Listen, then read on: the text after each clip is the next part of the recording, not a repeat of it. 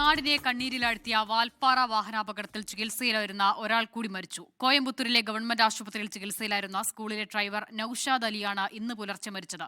ഇതോടെ അപകടത്തിൽ മരണം 10 അത്ഭുതകരമായി രക്ഷപ്പെട്ട് ചികിത്സയിൽ കഴിയുകയായിരുന്ന 10 വയസ്സുകാരി മസ്നീൻ ആശുപത്രി വിട്ടു.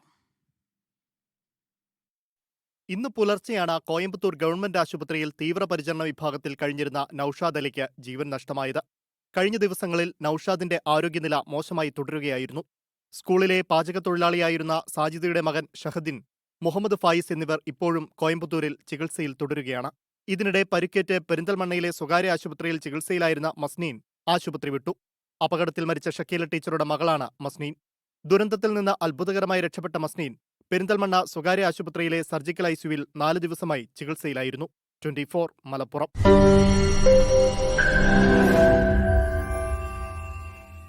ലോകത്തെവിടെയായാലും ഏത് സമയത്തും 24 വാർത്തകളും ഓഗ്മെന്റഡ് റിയാലിറ്റി പാക്കേജുകളും എക്സ്പ്ലെയിനറുകളും വിശദമായി കാണാൻ ഞങ്ങളുടെ യൂട്യൂബ് ചാനൽ നിങ്ങൾക്ക് സബ്സ്ക്രൈബ് ചെയ്യാം.